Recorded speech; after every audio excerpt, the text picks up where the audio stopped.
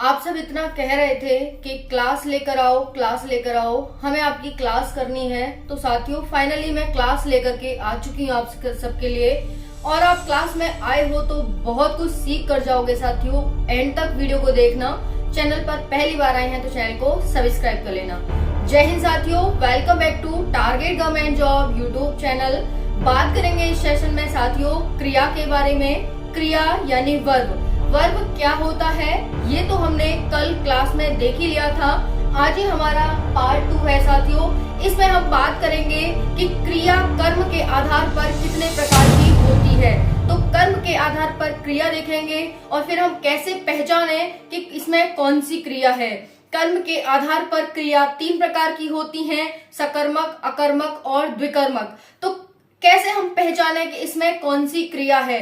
साथियों क्वेश्चन पढ़ते ही आंसर निकलता है अगर हमें आता हो तो, लेकिन अगर हमें नहीं आता तो बस यही दुविधा की बात हो जाती है कि हिंदी जैसा बहुत ही इजी सब्जेक्ट हम क्वेश्चन पेपर में नहीं कर पाते और हमारा नंबर नहीं आ पाता, हम सिलेक्ट नहीं हो पाते। तो आप सभी की ये दुविधा इस चैनल पर बिल्कुल खत्म हो जाएगी। जो आपको हिंदी को लेकर समस्या रहती है और आप सिलेक्शन के बहुत नजदीक पहुंच जाएंगे और इस साल आप सबका सिलेक्शन हो जाएगा। तो ध्यान से एंड तक देखिएगा। बहुत ही अच्छे तरीके से आपको मैं समझाऊंगी कि एग्जाम में आप क्वेश्चन को पढ़ते पढ़ते ही आंसर कैसे निकालेंगे। ठीक है जी, एंड तक बने रहिएगा। पहली बार चैनल पर आए हैं तो सब्सक्राइब कर लेना। बाकी रोज रात 9 बजे हमारी हिंदी की और जीके जीएस की क्लास चलती है। 9 से 10 टाइमिंग रहती है। आप सभी उसमें टाइम से जरूर उपस्थित हों। बहुत ज्यादा लाभ आपको वहां से मिलने वाला है। स्टार्ट करेंगे साथियों क्रिया, जिसे इंग्लिश में वर्ब कहते हैं। यानी अगर हमने हिंदी की क्रिया पढ़ ली तो इंग्लिश में भी हम वर्ब इंग्लिश इजिली से पढ़ लेंगे, क्योंकि उसी को ट्रांसलेट करके इंग्लिश में बताया गया है। ठीक है जी, देखिए कर्म के आधार पर क्रिया के प्रकार 3 प्रकार हैं, अकर्मक, सकर्मक और द्विकर्मक। अकर्मक नाम से ही पता चल रहा है, जिसमें कर्म न हो उसे हम क्या कहते हैं, अकर्मक क्रिया कहते हैं। दूसरा है सकर्मक, यानी जिसमें कर्म प्रेजेंट हो उसको क्या कहते हैं, तो उसको कहते हैं हम सकर्मक। तीसरा है द्विकर्मक, यानी इसमें तो 2 कर्म आ गए कर्म के आधार पर। यानी अगर हम देखें द्विकर्मक में तो इसमें 2 कर्म प्रेजेंट होते हैं, इसी को द्विकर्मक क्रिया कहते हैं। इतना सभी को क्लियर हो गया होगा। अब बात करते हैं कर्म क्या है। जैसे कर्म है जो काम हम करते हैं साथियों, उसका प्रभाव कर्ता पर न पड़ करके किसी और पर पड़े, और वो और क्या होता है, तो वो कर्म होता है। इसी को हम कर्म कहते हैं। ठीक है जी, जैसे राम खाना खाता है। राम करता है, खाता है, क्रिया है क्या है, सहायक क्रिया है। तो ये खाना क्या है, तो यही तो कर्म है। राम क्या खाता है, तो खाना खाता है। खाता का प्रभाव किस पर पड़ रहा है, खाना पर पड़ रहा है। अगर यहाँ पर ये खाना न होता तो कैसे बोलते सेंटेंस को, राम खाता है। कौन खाता है, तो राम खाता है, इसका प्रभाव राम पर पड़ता।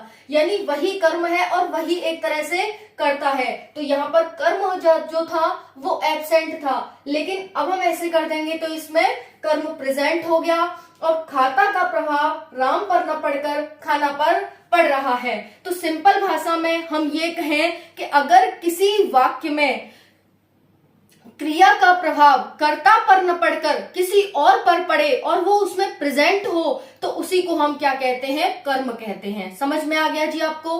तो देखिए यहाँ पर राम खाना खाता है, ये क्या है, इसमें कर्म क्या हो जाएगा, तो कर्म हो जाएगा साथियों खाना।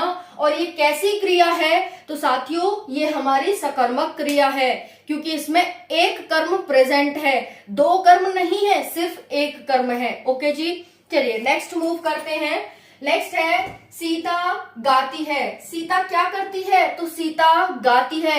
लेकिन क्या गाती है, जब आपने ये पूछा कि क्या गाती है तो आपका कोई आंसर नहीं मिला।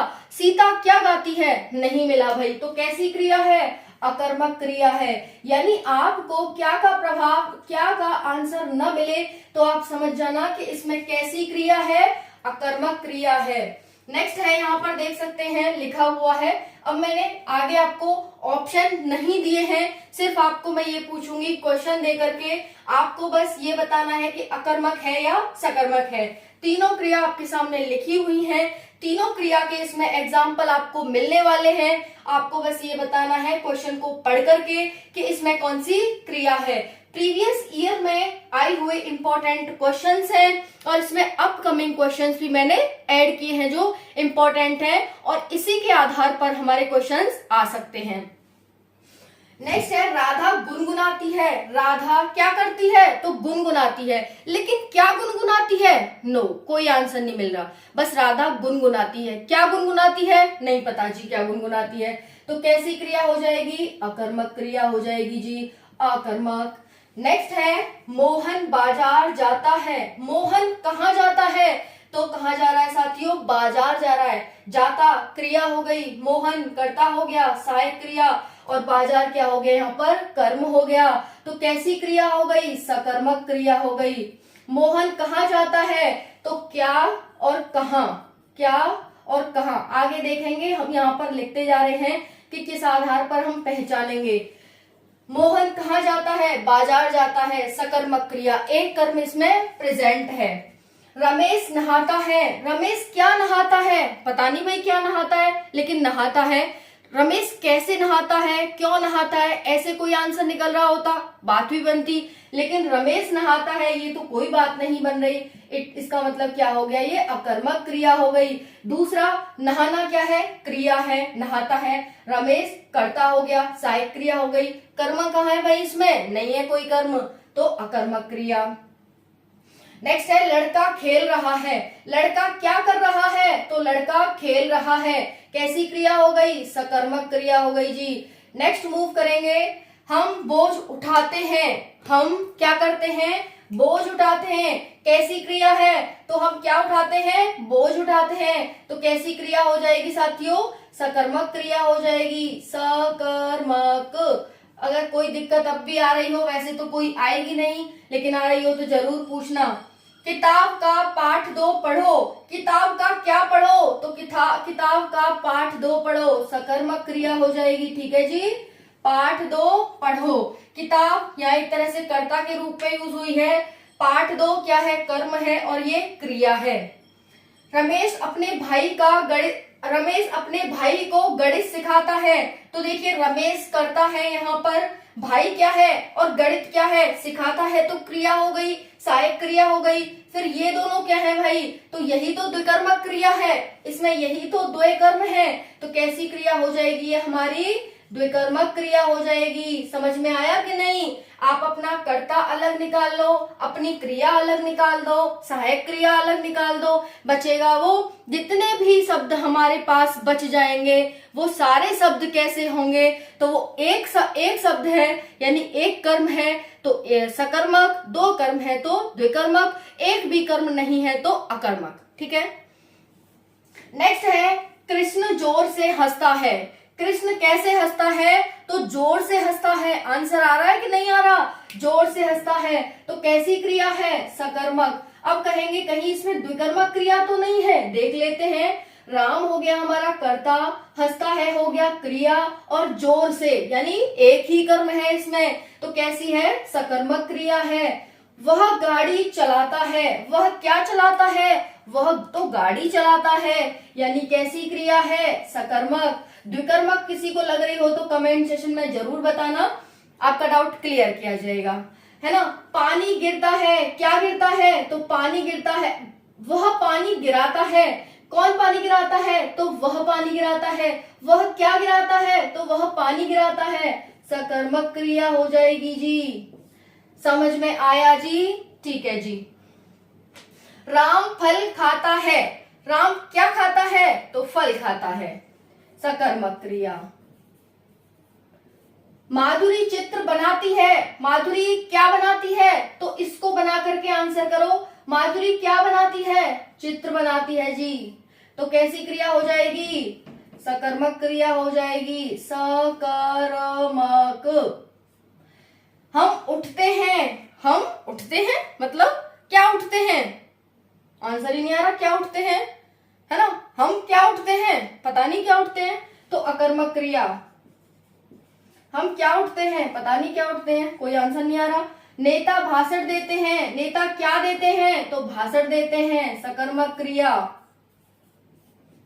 राम ने श्याम को थप्पड़ मारा, राम ने श्याम को थप्पड़ मारा, तो राम ठीक है कर्ता, श्याम और थप्पड़ ये क्या है, ये तो चलो क्रिया हो गई, मारा काम किया उसने, लेकिन श्याम और थप्पड़ क्या है, तो यही तो द्विकर्मक क्रिया है। एक कर्म हमारा ये हो गया, दूसरा कर्म ये हो गया, कैसी क्रिया हो गई, तो हो गई हमारी द्विकर्मक क्रिया। ठीक है जी, चलो मैं पूरा ही लिख देती हूं यहां पर, द्विकर्मक क्रिया। नेक्स्ट है, माँ अपने बच्चे को कहानी सुनाती है। माँ अपने बच्चे को क्या सुनाती है, कहानी। तो माँ तो कर्ता हो गया, बच्चा और कहानी क्या हो गया, तो यही तो दो कर्म है, यही तो द्विकर्मक क्रिया है। एक कर्म ये रहा, एक कर्म ये रहा, कैसी क्रिया हो गई, द्विकर्मक क्रिया हो गई। आई होप आप सभी अच्छे से समझ रहे होंगे। रमेश साबुन से नहाता है, एक तो भाई ये था कि रमेश नहाता है, कहाँ था ये, रमेश नहाता है, अकर्मक क्रिया थी। रमेश क्या करता है, नहाता है, लेकिन रमेश क्या नहाता है, आंसर ही नहीं आ रहा भाई कुछ। लेकिन यहाँ पर है रमेश साबुन से नहाता है, रमेश नहाता है, रमेश क्या नहाता है, साबुन से नहाता है ना। तो इसमें क्या हो जाएगी, हमारी सकर्मक क्रिया हो जाएगी। एक ही कर्म है, ये ध्यान रखना, ये क्रिया हो गई, ये कर्ता हो गया, ये कर्म हो गया, है ना, तो सकर्मक। नेक्स्ट है, कृष्ण हंसता है। कृष्ण क्या हंसता है, कृष्ण क्या हंसता है, पता नहीं क्या हंसता है, तो यहां पर क्या हो गई, अकर्मक क्रिया। ठीक है जी, ये था आपका इंपॉर्टेंट सेशन। अब आपका कोई डाउट रह गया हो तो कमेंट सेशन के माध्यम से पूछ लेना। थैंक यू सो मच, जय हिंद।